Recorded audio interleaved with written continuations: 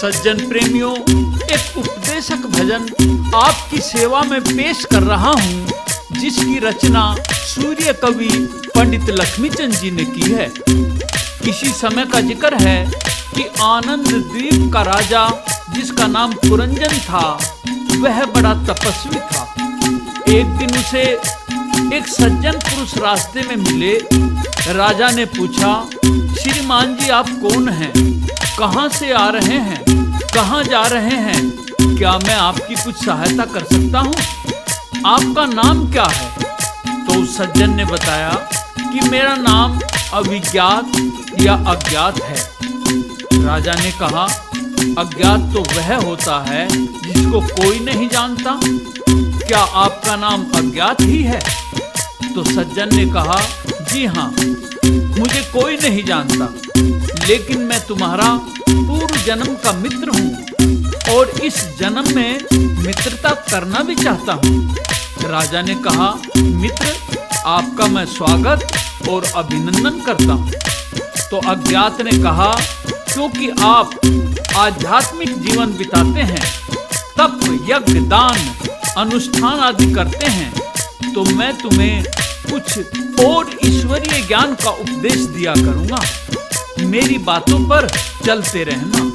तो राजा ने कहा, हाँ हाँ, मैं आपका बड़ा आभारी रहूंगा इस ज्ञान के उपदेश को सुनने के लिए। तो अविज्ञात या अज्ञात मित्र राजा को क्या उपदेश सुनाता है? पूरब देश ते तपस्वी पुरंजन आया, शुभ कर्म करण न मिली मनुष्य की काया। पूरब देश ते तपस्वी पुरंजन आया, शुभ कर्म करण न मिली मनुष्य की काया। पूरब देश ते तपस्वी पुरंजन आया, शुभ कर्म करण न मिली मनुष्य की काया।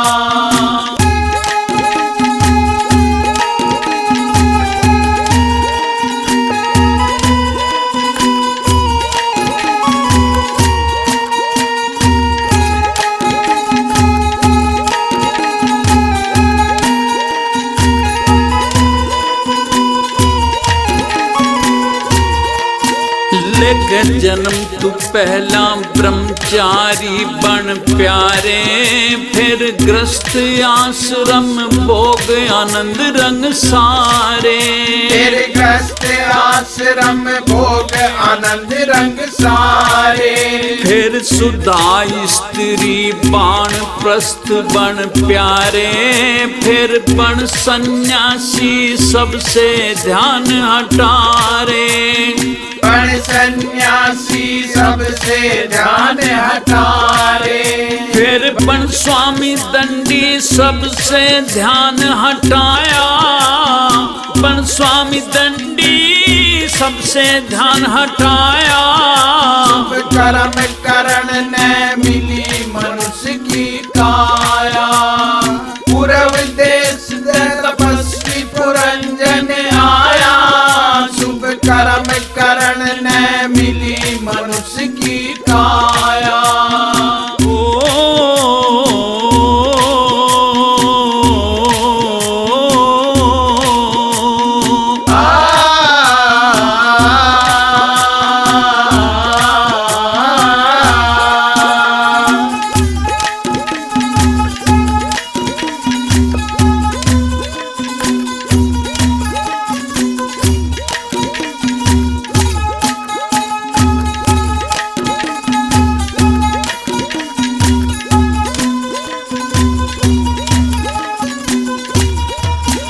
चाहे ब्रह्मचारी बन सारी उम्र बिता दे, चाहे ग्रस्त आश्रम श्रद्धा सहित पुगा दे। चाहे ग्रस्त आश्रम श्रद्धा सहित पुगा दे।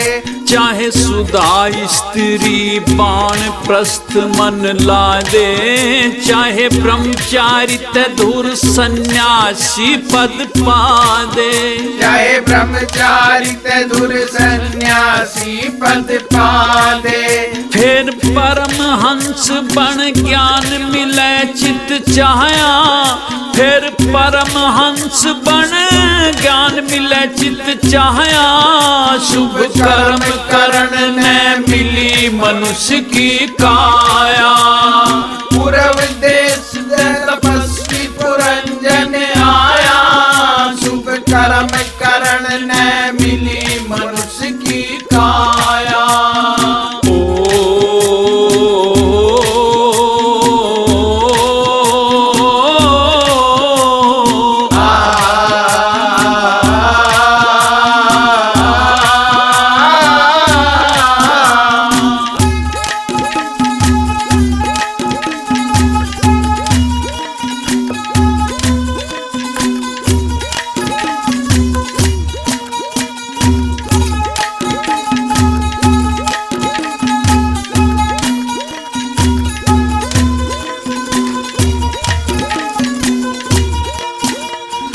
लेके जन्म तू कदे वचन न भूले, लगते हवा मद मेरे नशे में टूले।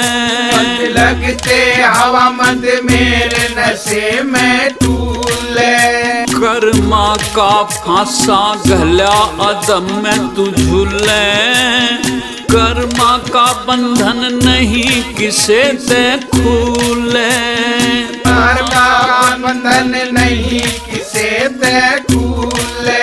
इस रास्ते बीच से घोर अंधेरी माया, इस रास्ते बीच से घोर अंधेरी माया।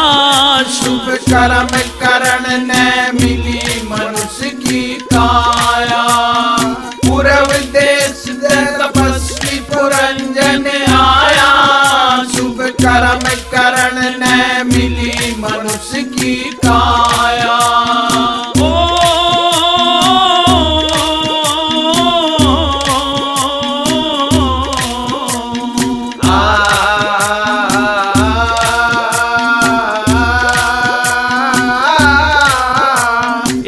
राजा पुरंजन के मित्र ने कहा, यदि तुम कभी पश्चिम दिशा में भ्रमण करने जाओ तो बड़ी ही सावधानी से जाना। वहां मनमोहक अनेक दृश्य देखने को मिलेंगे। वे चीजें इतनी सुंदर खूबसूरत होंगी कि तुम्हें मेरे पास लौटने नहीं देंगी और तुम्हारा सब तप बल ऐश्वर्य नष्ट हो जाएगा। तो राजा ने कहा, ठीक है मित्र।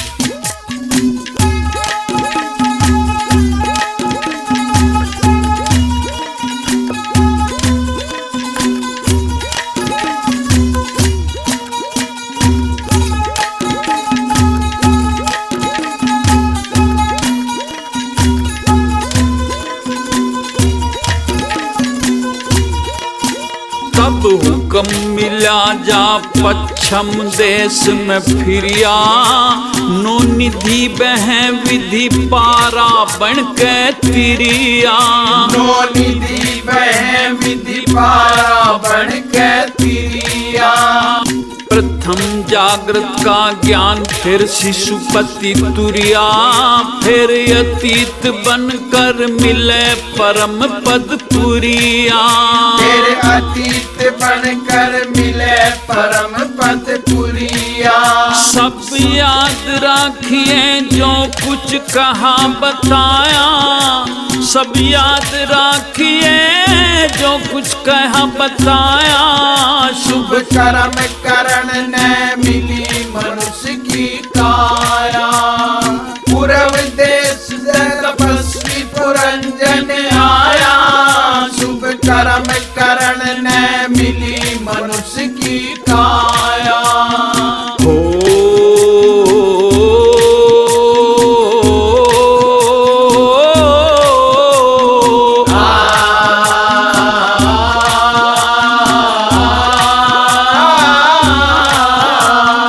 लेकिन सज्जनों, अपने मित्र से भटककर राजा पुरंजन एक दिन हिमालय की तरफ दक्षिण दिशा में चला गया। यह सोचकर कि जीवन लंबा नहीं है, मैंने तो इस जीवन में कुछ भी आनंद नहीं उठाया, तो पश्चिम दिशा में उसे एक बहुत ही सुंदर नगरी दिखाई दी। उसमें 9 द्वार थे। उस नगरी का नाम नवद्वारवती था। वहां की शोभा अद्भुत और मोहक थी। वह इंद्रपुरी जैसी लग रही थी। 5 रमणीय बाग बगीचे थे। उसने वहां एक परम सुंदरी 16 वर्ष के लगभग की आयु की एक स्त्री देखी। वह अपनी 10 सहेलियों के साथ में थी। पुरंजन ने पूछा, देवी आपका परिचय क्या है? नारी बोली, मेरा क्या परिचय है यह तो मैं भी नहीं जानती, लेकिन यदि तुम मुझे अपने साथ रखोगे तो मैं तुम्हारा सहयोग करूंगी। मुझे अपनी अर्धांगिनी स्वीकार करो। तो पुरंजन ने उसका नाम पुरंजनी रख लिया और किस प्रकार से माया में उलझकर नष्ट होता चला गया।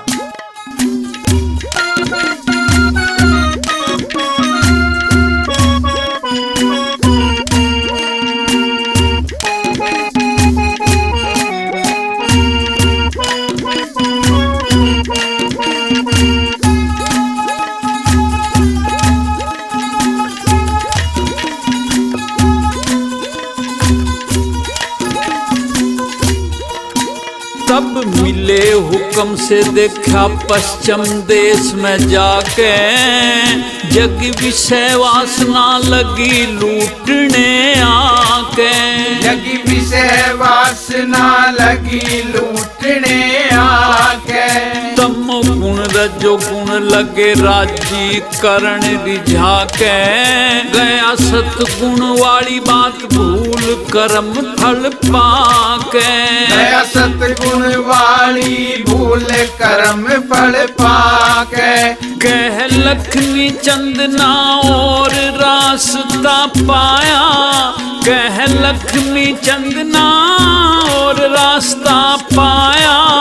शुभ कर्म करण ने मिली मनुष्य की काया। पूर्व देश तपस्वी पुरंजन आया।